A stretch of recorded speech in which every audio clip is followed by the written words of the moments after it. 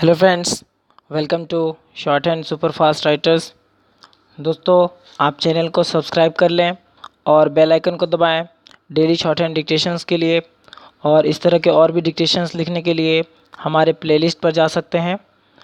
आज के मैटर की ट्रांसक्रिप्शन के लिए डिस्क्रिप्शन की लिंक पर चले जाएं और शुरू करते हैं आज का dictation. Transcription number 349 volume number 16 से एसएससी स्टेनोग्राफर ग्रेड डी के लिए। Be ready, 10 seconds, 5 seconds, start. Mr.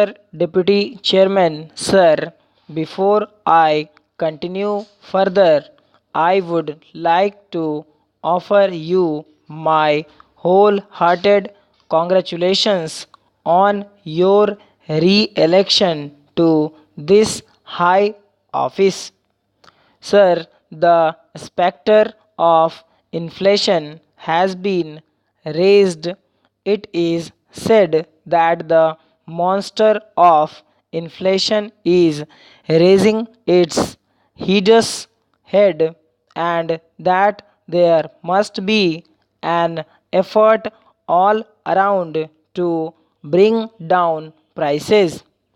I would like to examine whether there is any justification for raising such a scare and whether there is any inflationary pressure at all on our economy.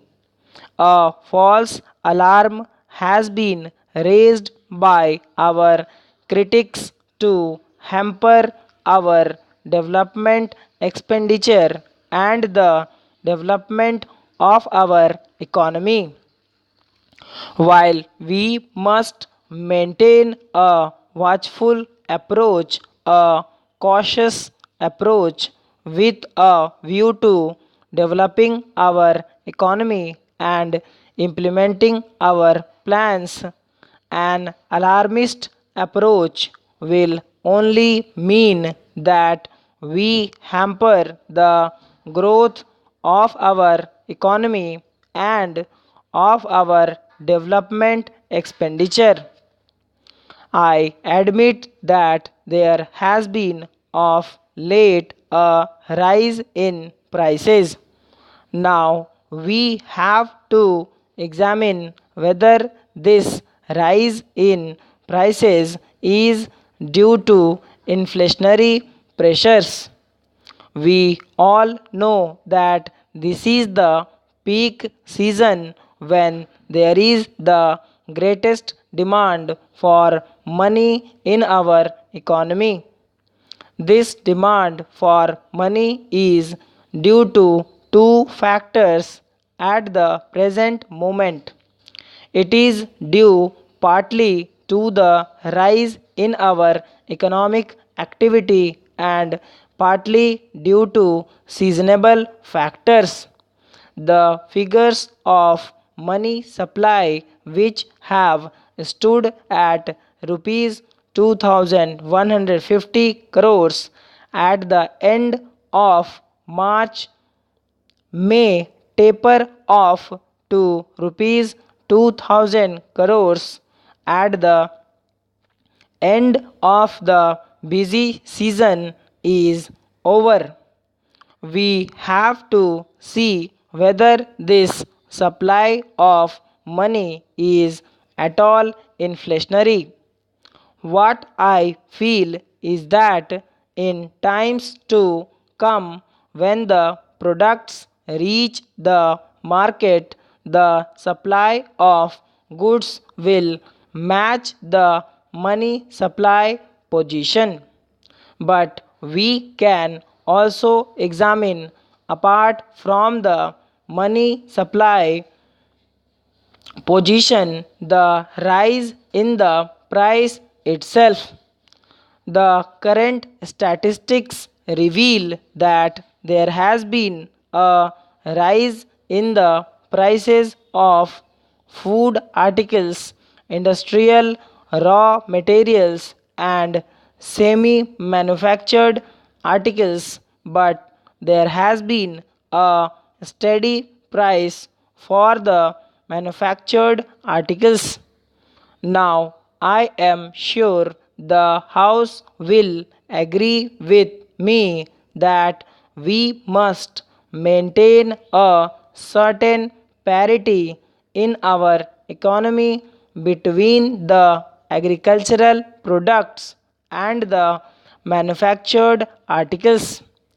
We would see that our agriculturists don't suffer from our economic policies. We must examine whether the parity that is in existence today is a correct one. The point that I am making is that there has been a rise in the price of the agricultural products, and this rise has been brought about by a conscious planning effort. But there is no question of alarm for this rise of the price of the agricultural products, because as compared with pre-war levels of price index between the agricultural products and the manufactured articles, the price which the agriculturist get for his produce is still 3% against him. Now, if we want to reduce the prices, we must reduce the prices of both the agricultural and the manufactured goods.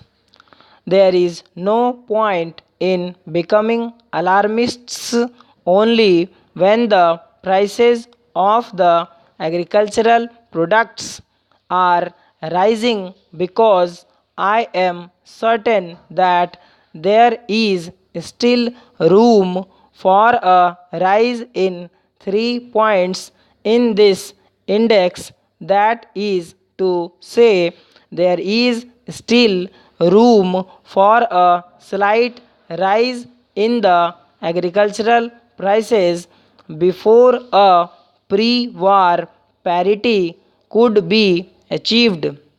Therefore, I maintain that there is no room for alarm or scare for the prices that have risen of the agricultural products.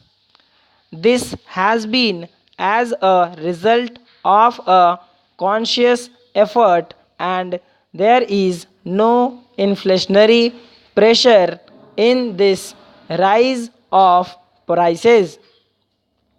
Now, I also maintain that we should keep a watchful eye, and we should not be complacent, because it is not my intention to advocate inflation.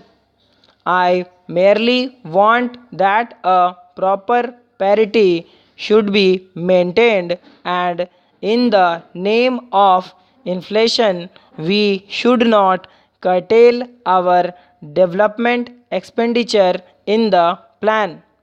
But for keeping this economy steady, we have to see that the supply of goods and services keep on increasing with the demand that is made on them with the rise in our economy, and we should not hesitate if there is a necessity to whittle down even our foreign resources and import large quantities of food in order to keep the prices down when our production of rice has not been better than last year and our Rabi crop will not be good as last year.